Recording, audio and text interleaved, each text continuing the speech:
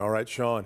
Coming under scrutiny today in Lansing, Michigan's emergency policy of housing positive COVID nursing home patients in nursing homes with COVID negative patients. State Senate committee had some tough questions today about that policy, which other states, like New York, have abandoned. We bring in Rod Maloney live tonight from Lansing with the updated information in his ongoing coverage of this issue. Rod? Yeah, Devin, it's hours away from expiring, this executive order that the governor made about a month ago.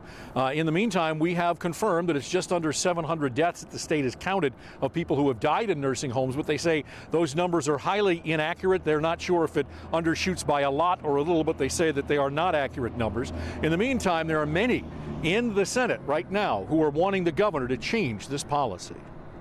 The Department of Health and Human Services gave us more insight into the regional hub system. There are now 21 of them. States paying these homes $5,000 per COVID positive case they take.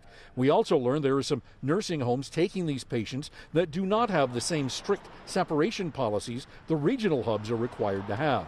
Only about half of the state's nursing homes have been inspected since the policy went into effect last month. HHS Director Robert Gordon told the committee, "This is a world without perfect solutions. The solutions we've come up with, I think, aim to provide strong protections for providing the care that COVID positive folks need and also strong protections for folks who are not COVID positive." Gordon originally intended to use the TCF Center instead of these hubs, but then opted out. Detroit State Representative Leslie Love is stunned that didn't happen. They said the population that would be most affected are our seniors.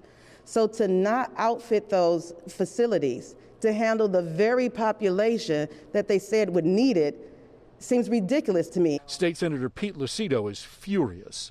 I'm appalled of the fact that somebody wasn't at each of these facilities before any COVID patients entered these facilities to possibly infect others. How many were infected as a result of bringing a COVID patient to the most vulnerable people in the state? Still lots of unanswered questions in all of this. In the meantime, the governor's office is telling me that they expect to do an extension of this order, but they haven't done it just yet. So we're waiting to find out if there are any changes or if it stays the same. Reporting live in Lansing, Rod Maloney, Local 4.